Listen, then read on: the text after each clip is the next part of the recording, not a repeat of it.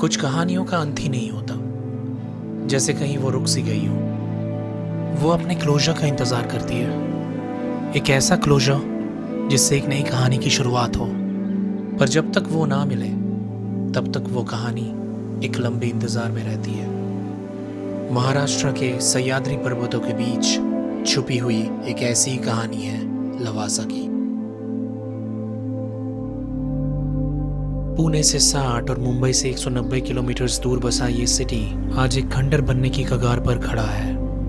लवासा की इमारतें भले ही फीकी पड़ गई हों, मगर वहां तक जाने वाला रास्ता आज भी उतना ही खूबसूरत है जैसे वक्त ने उसे छुआ ही ना हो। दोस्तों, मैं अभी खड़ा हूँ टेमघर डैम के सामने और ये लवासा जाते वक्त एक ऐसा लोकेशन है जहाँ पर आपको रुकना चाहिए। टेमघर डैम की स्टोरेज कैपेसिटी 107.9 बिलियन लीटर्स है और ये सिर्फ यहाँ के आसपास के गांव को ही नहीं बल्कि पुणे शहर को भी पीने का पानी प्रोवाइड करता है। यही पानी टेमघर के साथ साथ आसपास के गांव के खेती के लिए भी यूज होता है। लवासा टेमघर से सिर्फ 15 किलोमीटर की दूरी पे है और ये रास्ते पे जाते वक्त आपको काफी सारे हेयर पिन बेंड देखने को मिलेंगे। समझदारी इसी में है कि आप बाइक या फिर कार थोड़ी धीमी गति से चलाएं।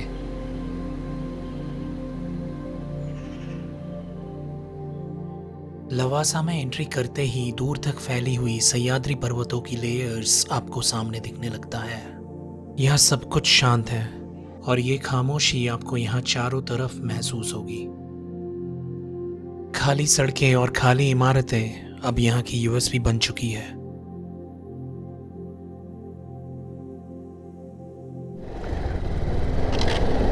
दोस्तों, मैं अभी हूँ 10वें रोड के ऊपर।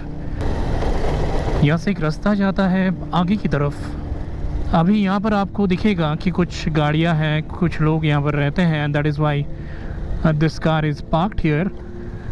पर ऐसे बहुत सारे बंगलोज हैं जहाँ पर लोग नहीं रहते।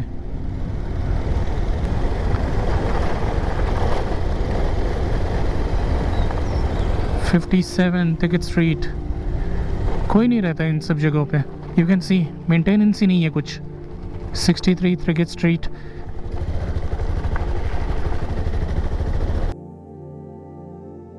पच्चीस से 30 स्क्वायर किलोमीटर्स में फैला हुआ यह शहर आज एक घोस्ट टाउन के नाम से जाना जाता है।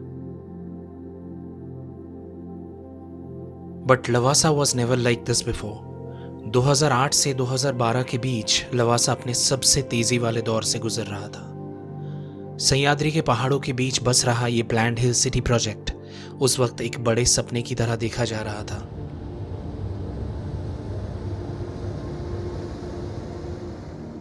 प्रोजेक्ट का विजन था लगभग 3 लाख लोगों की रेसिडेंसी। मल्टीपल टाउनशिप्स और फेजेस में डेवलपमेंट की प्लानिंग की गई थी। इंफ्रास्ट्रक्चर्स, रोड्स, वाटर सिस्टम्स एक स्ट्रक्चर्ड अर्बन लेआउट के साथ डिजाइन किया गया था। उस समय लवासा सिर्फ एक रियल एस्टेट प्रोजेक्ट नहीं बल्कि एक अर्बन एस्पिरेशन की तरह देखा जा रहा था। एक ऐसा शहर जो पहाड़ों के बीच नए तरीके से बसाया जा रहा था। पर 2012 के बाद लवासा की रफ्तार धीरे धीरे कम होने लगी। एक हिल सिटी बनाने के लिए जो परमिशंस की जरूरत होती हैं, लवासा कॉरपोरेशन वो परमिशंस महाराष्ट्र गवर्नमेंट से तो ले ली, बट सेंट्रल गवर्नमेंट के अप्रूवल्स में उलझ गए। The ministry of environment, forest and climate change took action against Lavasa. 2011 में लवासा कॉरपोरेशन एनवायरमेंटल ग्राउंड्स को लेके बहुत सारे लीगलिटीज में फंस गए। जब एनवायरमेंटल क्लियरेंसेस, गवर्नमेंट अप्रूवल्स और लीगल डिस्प्यूट्स बढ़ते गए, तब धीरे धीरे इन्वेस्टर्स ने अपनी फंडिंग भी रोक दी। इसका सीधा असर पड़ा लवासा के ऑनगोइंग प्रोजेक्ट्स पर। फाइनली 2018 में लवासा ने खुद को बैंकरप्ट घोषित कर दिया।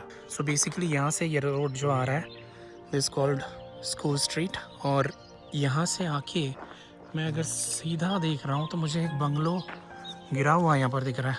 ये स्लाइड होके, लैंड स्लाइड होके यहाँ पर आ गया है।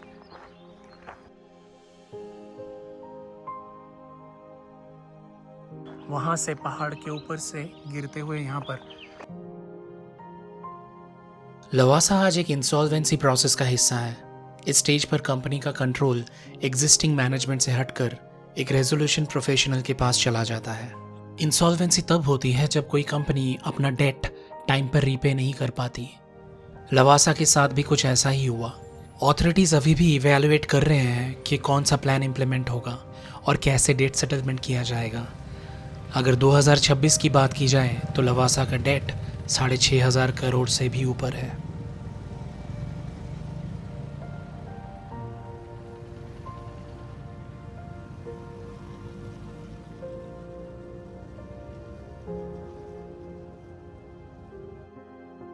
इन सब के बावजूद लवासा का एक छोटा सा हिस्सा अभी भी फंक्शनल है, शायद इसी होप के साथ कि एक दिन सब कुछ सॉर्ट हो जाएगा। सच ये है, फिनेंशियल स्ट्रगल्स के बाद भी लवासा टूरिस्ट को अट्रैक्ट करता है। वेस्टर्न घाट्स की scenic location, lake side promenade और European style buildings weekend crowd को खींच लाती है, स्पेशली पुणे और मुंबई से। लवासा में क्राइस्ट यूनिवर्सिटी का ऑफ कैंपस होना एक मेजर सपोर्ट सिस्टम है। स्टूडेंट्स, फैकल्टी और एकेडमिक एक्टिविटीज की वजह से एरिया में रेगुलर मूवमेंट और इकोनॉमिक एक्टिविटी बनी रहती है।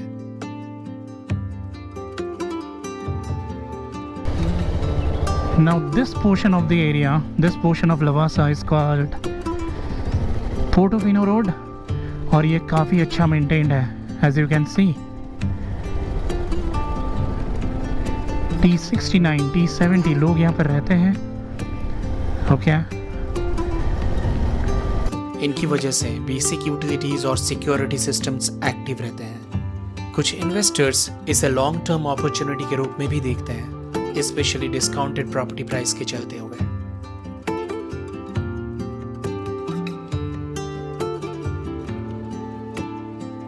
आज लवासा पूरी तरह से बंद नहीं हुआ है।